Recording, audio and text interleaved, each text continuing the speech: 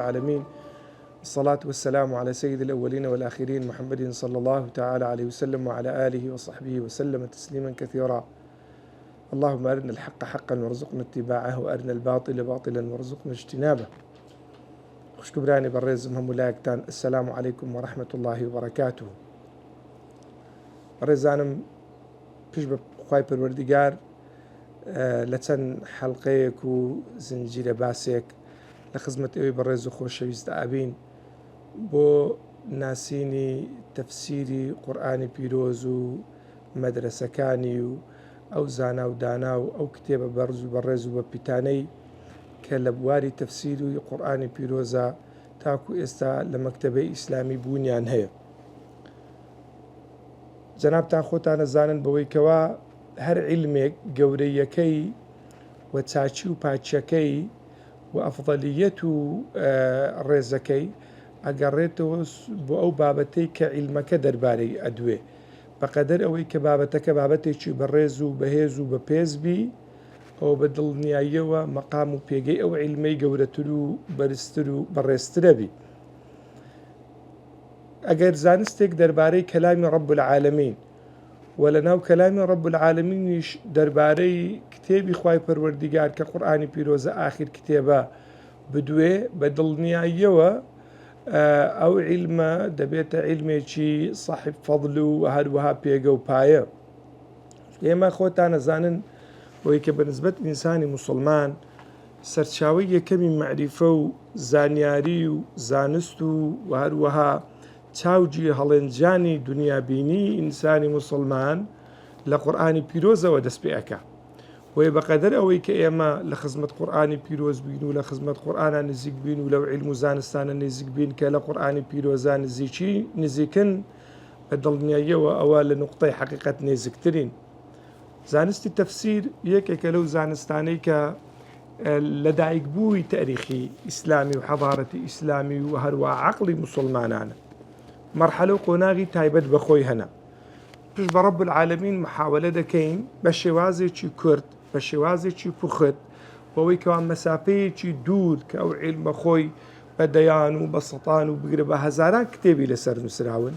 بە هەزاران زانا و دانا و مفەسیری گەورەمان تەمەنی خۆیان لەو عیلمەی بردیتە سەرێ محاولە دەکەین بە شێوازێکی پوخت و زمانی شیرینی کوردیمان لەگەڵ ئێوەی بەڕێز و خۆشەویستا گەنگەشە و دەردەشەی ئەو بابەتەی بکەین هەتاوەکو بتوانن لەو عیلمەی سەرەداوێک هەڵبکەن و هەروەها معلوماتێکتان هەبی وەکەوەی ئەڵێن موسەقف ئەو کەسەیە کە لە هەموو شتێکی بزانی و لە شتەکیش بە کاملی هەموو شتەکەی بزانی. جا بۆ تەفسیر عەزیزانم پێش ئەوەی کە ئەمە بینە سەر تەفسیر و قۆناغەکانی تەفسیر و مەرحەلەکانی تەفسیر و پێویستمان بە چەند وشەیەکی هەیە وەک مەدخەلێک لە بۆ شارەزابوون لەو بابەتەی هەتاوەکو بەر لەوەی کە بچینە سەر عیلمەکەی بزانین مەوزوعەکە باسی چییە باسی چ دەکەین لەبارەی چ دەدوێن. لە کاتێک کە باسی تەفسیرت لۆکەن چەند شتێک پێویستە بزانیە کە مینیان قورئان چییە؟ تعریفەکەی چییە؟ لەکوێوە هاتووە؟ دوو مەسئلەی تەفسیر تعریفی چییە؟ جۆری چەندن؟ وەلا هەمان کاتدا جانبە لوغەویەکە و ئیسطلاحیەکەی معنای چییە؟ سێمینیان وشەی تەویل یەکێکە لەو مستەڵەحاتانەی کە لەگەڵ تەفسیرا گوێت لێ ئەبی لە قورئانی پیرۆزیشە هاتووە. معنای چییە؟ چۆن لێ حاڵی ببین؟ زانایان چیان دەربارە گوتووە؟ و هەروەها پرسیاری چوارەمینیش ئەوەیە بۆچی پێویستمان بە تەفسیرە؟ ئێمە لە کاتێکا کە ئەزانین کەلامی ڕەب العالەمین جەل جەلالوه و پێغەمبەر عەلەیهی السەڵات وەسەلام سەحابەکانی پێغەمبەری لێی دواون ئێمە بۆچی پێویستمان بەو تەفسیرە هەیە؟ یعنی زانایان لۆ ئێستا تەفسیری قورئانی پیرۆزەکەن. ئەمانە و چەند چەمکێکی دیکە کە پێویستمان پێیەتی بەڕاستی وە پێویستیشە تاالبی عیلم و ئەو کەسەی کە بە دوای مەعریفەتە ئەگەڕێ دەربارەی ئەم بابەتانە شتێک بزانین. بە پشتیوانی خوای پەروەردیگار دەست پێ ئەەکەین. تعریفی یەکەمین تعریفی قورئانە چونکە مەوزوعەکە باسی قورئانە. قورئان چییە؟ عەزیزانم زانایان کات بە تایبەتی زانایانی لۆغەی عەرەبی کاتێک کە دەیانەوێت تعریفی کەلیمەیەکی بکەن ئاشنات بکەن بە مەفهوم و مەدلول و معنای چەمکەچی دوو تعبیراتیان هەنا. تعبیرێکیان تەماشاکەی لە کتێبەکان دەستەکەوی دەرێ ئەمە تعریفێکی لوغەویە، ئەمەشیان تعریفێکی ئیصطلاحیە. فەرق لە بینی ئەو دوو تعریفانە چییە؟ بخۆی بەر لەوەی کە ئیسلام بێ، بەر لەوەی کە خوای پەروەردیگار قورئان بنێریتە خوارەوە، عەرەب بە زمانی عەرەبی قسەیان کردووە. ئەو مستەلەحاتانەی کە بەشێکیان کە لە قورئانە بەکار هاتوون، تەماشاکەی لە نێو عەرەبا پێشتر بە معنایەکی دیکە بەکار هاتوون. جالو ئەوەی کەوە ئەمە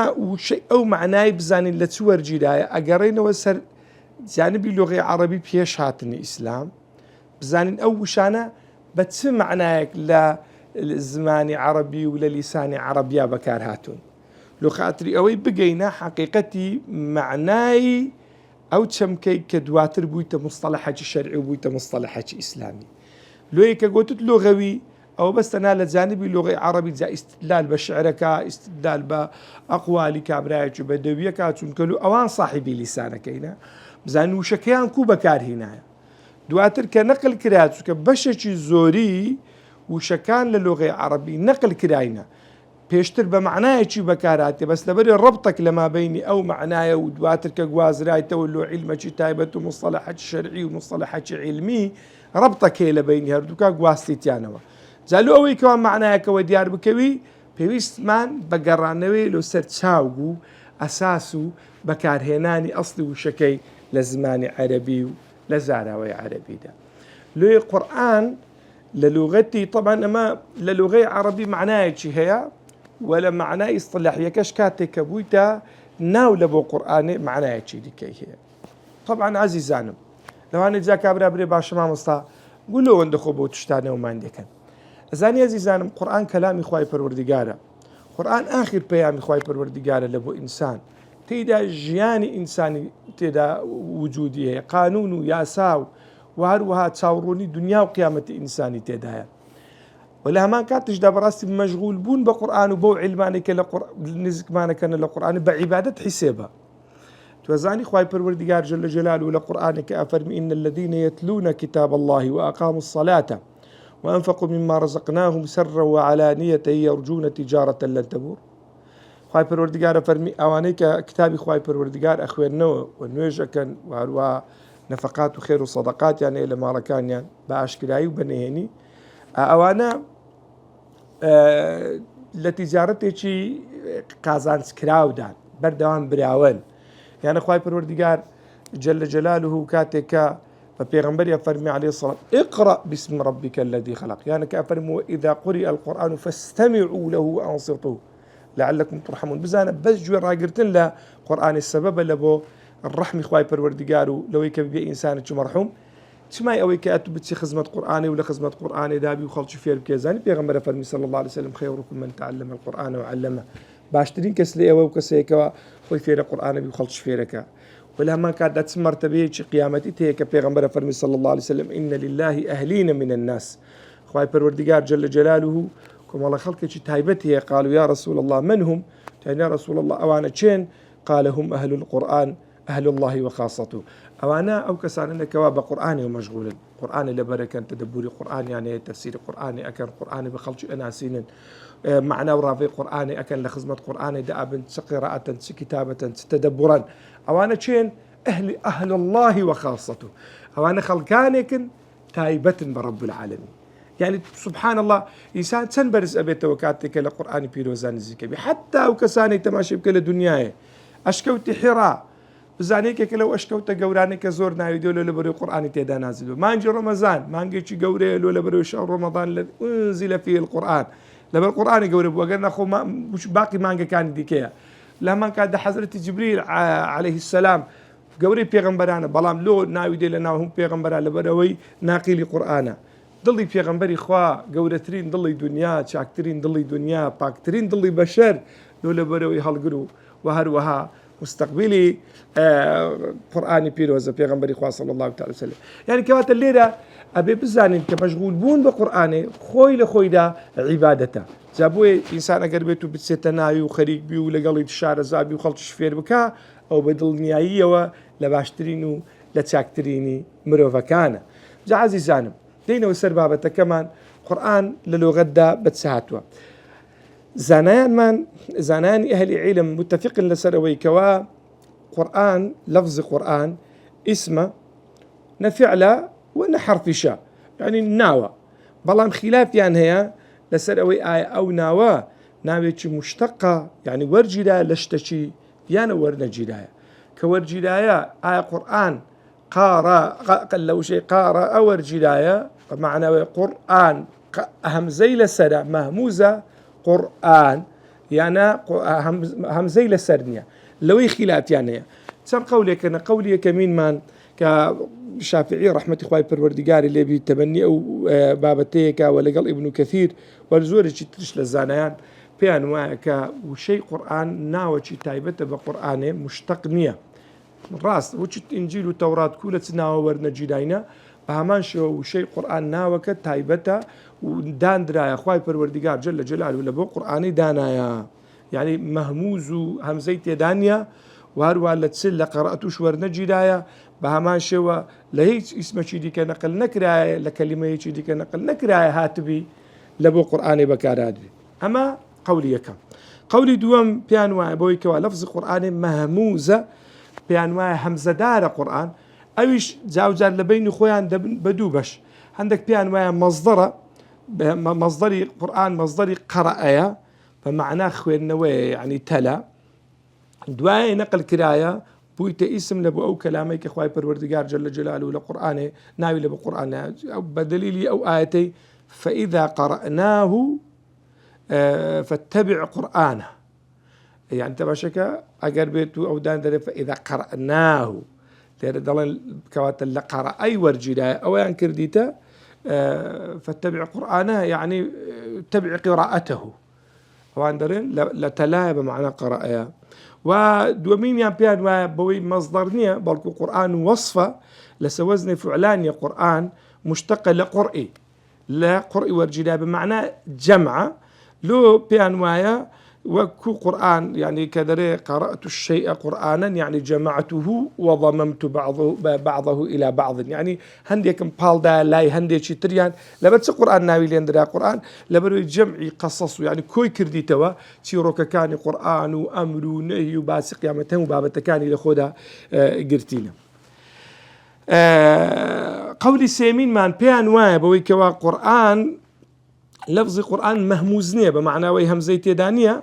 بەڵام ئەوان لە بینی خۆشیان دیسان اختلافیان تێدا ئەوانەی کە پێشیان وایە هەمزەی تێدانە پێیان وایە مشتەق و ئەسڵ قورئانەکەی لە چ وەرگیرایە، لە دوو ڕەئی هەنا. هەندێکیان پێیان وایە مشتەقە لە قەڕەنت الشەیئەی بالشەی، یعنی ئەو شتێکم پاڵدا لای شتێکی دیکە مقارنەی شتێکم کرد بە شتێکی، و لەبەر چ ناوی لێندرا قورئان لەبەرەوەی وەک باسمان کرد لەبەرەوەی قورئان مەوزوعەکانی هەموو لە پاڵ یەک دیکەن، يعني صورة آية ومشتكان طاو كريك. رأي دوم بيوا مشتق لقرائني جمع قرينة قرائن لبروي هر بشكان لقرآنه تأييدي بشكيتر أكا راستي بشكيتر، يعني قرينة لسر راستي بشكيتر يعني. أما صراحة بشكي زور لزانان قصي شافعيوان تأييد كان بوي كوا قرآن كاسمه وكاسم مهموزنيا ومشتقشنيا، بلكو ناويك لبو قرآن لبو كلام خواي پروردگار بكار هاتوا وكو إنجيلو وكو توراة. أما ببختي قرآن لجانبي لغوية لجانبي اصطلاحي شوا تعريفات زوري لو كرايا يك للتعريفة تاكو باشو كوكرا وكانها متعرفة. قرآن تعريفك وبريتية لو بيامي خواي پروردگار كبوسر ضلي بيغمبري خوا عليه الصلاة والسلام نازل بوا، وبوسر قلبي بيغمبري خوا صلى الله عليه وسلم نازل بوا بواسطة سيدنا جبرائيل لفظ معناكي. جاوا مشكلة زور هي لبيني علماء متكلمين لفظ قرآن لفظ معناكي، أما باس تشدكين باس لو كان بيش أو كقرآن نازل بي أو قرآني كلا بيش بقات اللوح المحفوظش أو قرآن كلامي خواي پروردگار زالوي تماشاكي جماعتك قودت يعني كلامي نفسي، المهم أو كلامي كبيش أو بقات بشر بيش أو بقات اللوح المحفوظ أو كهيا للفظ ولا معناها كي كلامي خواي پروردگار جل جلاله. وهروها نسراوة إسان لو قرآن لو مصحفي مبوني هي وجيشتي أما بتواتر لبيغمبري خواه صلى الله تعالى عليه وسلم وأخوين نوشي عبادته بصورة فاتحة دسبيك وبصورة ناسش كوتايدة أو تعريف كيتي ذا تعريفات دي كشي زور دبو كراينا جرينج ليرا أوي كطالب العلم أوي بزاني أوي كلا تعريف كاني إذا أجر ويستيشي زيادة بيست دبابتك دتواني زيادة لخوي لكتابة كاني دي كبتابتي لكتابي علوم القرآن بتابتيش الإتقان في علوم القرآن السيوطي مناهل العرفاني زرقاني وهروها مقدمات عشري تفسيركي ابن عاشور التحرير والتنوير زور أو كتاباني لباري علوم القرآن لم بابتي دواوي أما باس قرآن باس قرآن ما انطواو كيرد وها موضوع كمان بكوتاي هنا استادينا خدمت بابتي تشيديكيك لو تسمكانك جمان ليبي كتيا بريتي للتفسير باش أو قرآن ما نجوي لبو أو قرآن لو خاطري أو تي بجين بيست من بالتفسير باش التفسير تيا وشي تفسير معناه تيا لإصطلاح معناه تيا باب زانين وشي تفسير تبيستش من بالتفسير طبعا عزان تفسير للغة لا فسري والجداية فسر بمعنى يعني كشفي كرد بمعنى آشكراي كرد مثلا كابرا دري فسر كقولت تفسر لبو دلالة لبو زوري لبرو القرآن معناي تسرو معناي برن ولا اصطلاح الميم وتفسير لمعنى لغوية كي بمعنى آشكرا كردنو بمعنى بيان دي ولا اصطلاح هو إزاحة الإبهام عن الألفاظ القرآني المشكل لا داني بردية لسر أو وشاني كالقرآن دبنا جيجاي بسيار لبو كابري يعني يكم جار معناه كي وديارنا كوي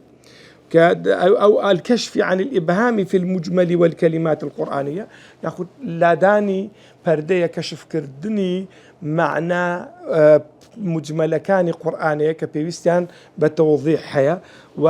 وتوضيح مقاصدها وأهدافها وهروها الرون كردنوي هدفه مقصد كان قرآني جريك ليروي كتفسير هندي شتكا تفسير كان علين بريتيا لو قاعدة ولو ياساني كتعامل لقل كلامي خواي پروردگار كابو أوي كوالما بستو معناه واتاكانو وهروا أسرار القرآن إنسان ليتي بقاو لين يزيق بيو بيقاته طبعا أما تعريفي زانيان لبو علمي تفسير كوات التفسير شو باقي علم كان ديكا يكي كلو زانستاني كربطي هي بإشكردن لسر كلام رب العالمين لو خاطري أوي معناه كاني مبستكاني أهداف ومقاصد كاني زياتر لبو كابري خوينر وهلبو زياتر لبو كابري طالب العلم وديار بكوي كابري بتواني أحكام القرآن بواسطة تفسير لا كلام خواي پروردگار جل جلاله هل بلنزي وتيبقى ولي حالي بي لي نزق بي تولي خطابي خواي پروردگار كابري لواني بسيار كزابري باشما مصطفى ما دام أو كلامي خواي پروردگار جل جلاله خواي پروردگار لقرآن فرمويتي يا أيها الذين آمنوا يا أيها الناس قد جاءكم برهان من ربكم وأنزلنا إليكم نورا مبينا يا باشا خواي پروردگار جل جلاله لقرآن أفرمي أي خلشنا أمن بلغمان لبون نار تخواري ريني شاردر مان لبون نار تخواري ولهمان كاد لبون نار نوري شي مبين يا باشا كمبين بي عاشكرا بي بيستي بتفسير لوتشي أنا وتخواي پروردگار أفرمي هذا بيان للناس أو قرآن بيانا بيان بيلبو ناس وهدى وموعظة للمتقين بيان بيستي ببيان هي تفسير لوتشيا يعني خواي پروردگار كأفرمي هذا بصائر للناس وهدى ورحمة لقوم يوقنون ما دام بصير بي ما دام رين نشان دربي باشا بيستي بتفسير لبوتشيا خواي پروردگار جل جلاله خوي لقرآن أفرمي القرآن باشا شو خوي تفسيرك أفرمي ولا يأتونك بمثل إلا جئناك بالحق وأحسن تفسيرا أجر كافر كان شتيشان لبوتو باسكر دبي إما بالتفاصيل تلو وهربا بتشاك تلو بباشتر لبوتو من باسكر دبي باشا ما دام قرآن بخوي نوري مبين بي بيستي بالتفصيل والتوضيح لبوتيا بلبا لبروي لغة عربي برزانم لغتك تيدا وش سازيكي آوا يعني هاتوا وش مشترك هي مجملي هي عامي هي خاصي هي خطابك خطابك بلسان عربية بلسان عربية مبين وكوي خواي پروردگار فرمي مطابقة لبو قواعد لغة عربي وهو السيد وسردار بسر لغة عربي ظلام يكشتي هي يعني وكوي الله نوعيتي فريدة عربية بتية بمعنى أوي لسروي أو لغة مستعملية كعربة كان يشتر بكاريان هنا وكوي الله أو بري بياني لغة عربية أو لغة كواية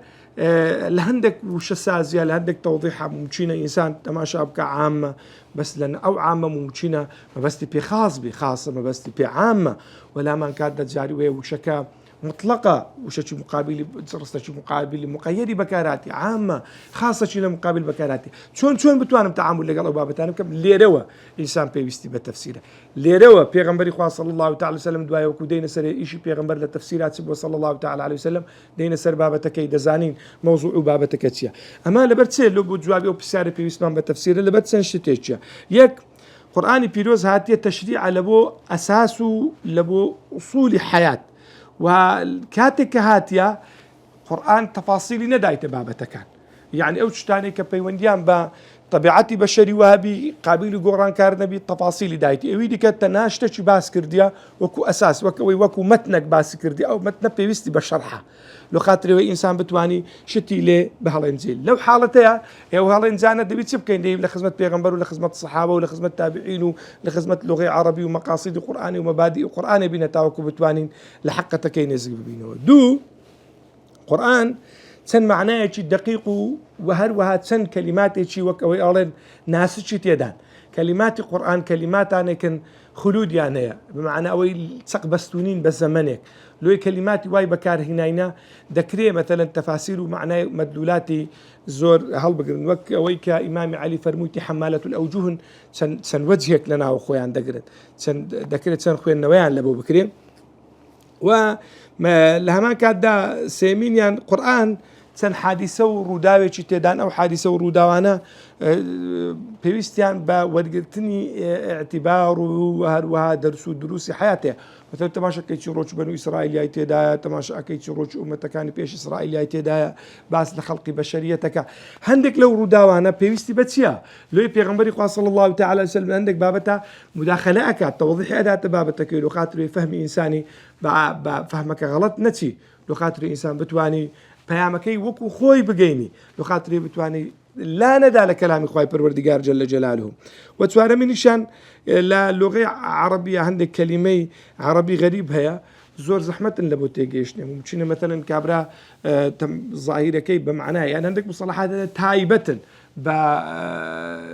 بمفهومي تايبة بهاتني فكر حضارة إسلامي مثلا إنك لو أنا الزكاة لو أنا الصلاة لو أنا حج لو أنا الصلاة بيش بيغمبري شو بي صلى الله عليه وسلم أو صلاة نبوة حج هو بلام أو حج نبوة زكاة هو وكو صدقات بس أو زكاة نبوة وش الشهيد مصطلح هيك تايبته بقرآنه مثلا يكون مرك مصطلحات أو مصطلحات أنا بيوستان بتشا بيوستان بتوضيحها بيوستان بويك بزان الوجهي أو وشانا مقاصدي أو وشانا وهذا النتيجة أو وشانا لتشندر إخوان أبي النوا لو بيوستمان بقرآني بيروزا بيوستمان بتفسيره لو خاطر أوي لو كلماتنا تيبقى أما وكو تفسير أي تأويل باش باب زانين تأويل تيا طبعا بر زانم تأويل شيء كلو مصطلحات أنا كزور جمال اللي أبي القرآن بيروزا وجودي هي هاتية موضوعك بركار وبردستا زورك لزانان لسر أو باب التدواون وقصيان دربارة كردوا باب زانين وشيء تأويل لقرآن للغتها بمعناي تدي طبعا للغتها تأويل لغة لا أول يؤول تأويلنا ثلاثي كشي يعني هو مزيد طبعا ثلاثي كشي يعني ثلاثي مجردي آل يؤول آل يؤول بمعنى رجع وعاد آل يؤول أساسي كلمة تأويل بمعنى قرانوي بوسر معنى أساسي كي يعني قرانوي بوسر خدي أو معناي كما بس دستي بيكريان مبدأ قرانوي بوسر أساس ليه ليس قسيتش دري التأول والتأويل تفسير الكلام الذي تختلف معانيه ضل التأويل تتأول بمعنى تفسيري أو كلماتها كرات جوازي لسر معناها كي هي أول للرؤي لغتها أدي للرؤي اصطلاحها لكن زانيان سلاف تفسير بدو معناه بكاراتيا بالرزان معناه يكميني بمعنى تفسير بكاراتيا بيان تفسيري كلام وبياني كلام جا وكو يقدي كوايا اگر او معنايا موافقي الظاهري وشكي بي يانا مخالفي بي لسر او رأيي تفسير وتأويل يك رأينا لبدوي يكشتن لبدوي رأي إمامي طبرانية رحمة إخوائي بالوردقاري اللي بي كاتك دي وشتي لقرآن مرو بقرن وسر تفسيرك كاتك دي وشتي تفسير بكا دري تأويل هذه الآية يعني تفسير هذه الآية وهذا تفسير والتأويل دو كلمة مترادفية قدي كان دو من يعني تأويل لا دلي ما بس تتشيل لكن أهل سلف بمعنى نفس المراد بالكلام يعني خدي ما بس لكلامك يعني كلامك ما بس تتشيل خدي اشتكي بيده وتر التأويل زاد مثلا دري قربت كلامك طلب بي كان تأويله نفس الفعل المطلوب يعني أو فعليك ومطلوبا كذا وكذا خدي بابتك دبيتا تأويل خدي بابتك يعني أو فعليك أتوب دواي هذا قرر فعلك دبيتا تأويل معناه شيء كي متأخرين أهردك معناه بكارنين هنا بمعناه شيء كي بكارنين هنا هردويش أو خلافاتك ولا عقيدة مثلا للتفسير بيدابوا لسر يعني درزبوني تأويلي معناه شيء كي تأويله للروي اصطلاحية ولكن متأخرين كبيان ويا صرف اللفظي عن المعنى الراجح إلى المعنى المرجوح لدليل يقترن به هوان دلين أجا كلمة لقرآن هات ظاهري كلمة كي معناه أما لو معناه ظاهري لا أدين كراجح واي أو معناه هبي دتسينا معناه شيء كدور ترى أو معناه إلا بروي الدليل شيء كالتأييدي أو بابتيك بدليلك لو أجر بيتو لسر أو لو أوي كوات تأويله كمان تأويله الصحيح بيستدوش تبن يكمين يعني أن يبين احتمال اللفظ للمعنى الذي حمله عليه وادعى أنه المراد دبي روم بكي توا احتمالي أو لفظي كأتو حملي أكي أو معناك لفظكي لبو حمل دكي دبي ديار بي معناك يعني بكرتو مقتصري دبي وجه شيء أو تأييدي بك للروي لغوية دوامين يعني دبي دليلك هبي دبي أتو حجيك تويبي بلغيك تويبي هتاوكو بالنر بي لو خاطري أتو لفظكي لظاهري خود ورجري أتشتي عمل بظاهرة كيناكي أروي لبو دورتر معناه دورتر كي ورقري أما وكو جانبة إصطلاحية كي وهروها لقرآن تأويل بتشار معناه بكار هاتيا تأويل متشابه كخواي پروردگار فرمي فأما الذين في قلوبهم زيغ فيتبعون ما تشابه منه ابتغاء الفتنة وابتغاء تأويله لذا خواي پروردگار جل جلاله بس تأويل متشابهك بمعنى التوجيه بشويشي كدرسته وعقل قبولي بك دومين لقرآن بمعنى تعبير الرؤيا هاتيا يعلمك من تأويل الأحاديث أو كتعبير الرؤيا لأداته أوش لسورة يوسف حفظ زار بكاراتيا وهذا سيمين بمعنى عاقبة الشد نتيجة ودرنزام الشد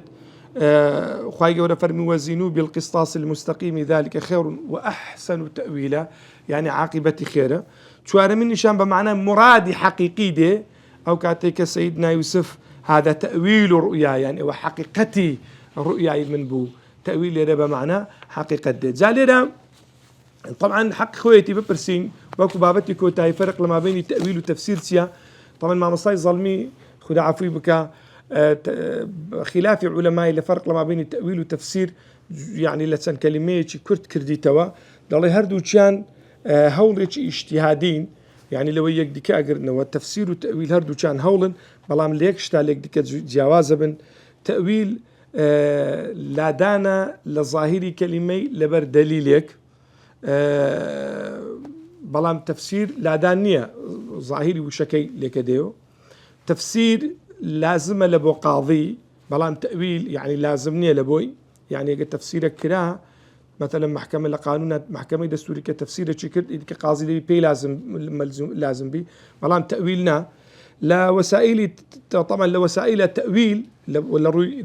كردني تأويل بيستبتيا تفسير پێویستی بأقوال دەکرێ بقول بأفعالش دەکرێ زاروێت و تفسیرش تشکەی بفعل زاروێت تفسیرش تشکەی بقول بەڵام تأویل دەی بەس بقول بی ولا ڕووی هۆکارەکانیش تفسير لبو شتێکیە کە غامضة يعني وشكا غامضة أتو لبر هنت تفسير كي لتأويل شرطني غامض بمعنى كي ديار بلام لبمصلحتك لو شكي لا ددي دتسيا وشتي ديك طبعا زور تشتري لو بابتي دواوا عندك درين تفسير لبو لفظة تأويل لبو معنايا ولها من كاد راغبي أصفهاني ضلي تفسير عام ترى لتأويل زور أو بابتانا وكسيك وحزي لي فرق بين التأويل والتفسير أتواني وقرأت وسروا كتاباني كلا علم القرآن وسراون استفادة زيادة ركا بوشي وازا دينا كوتاي حلقية كمان كبريتي بولة شمكو وهروها لو مفهوم مصطلحاتاني كبيويست من بها بزانين لو أوي كواب بتواني وكم مدخلق بكاري بين بتسيننا ودنيا تفسير ناسين كتابة كان التفسير من بخير السلام عليكم ورحمة الله وبركاته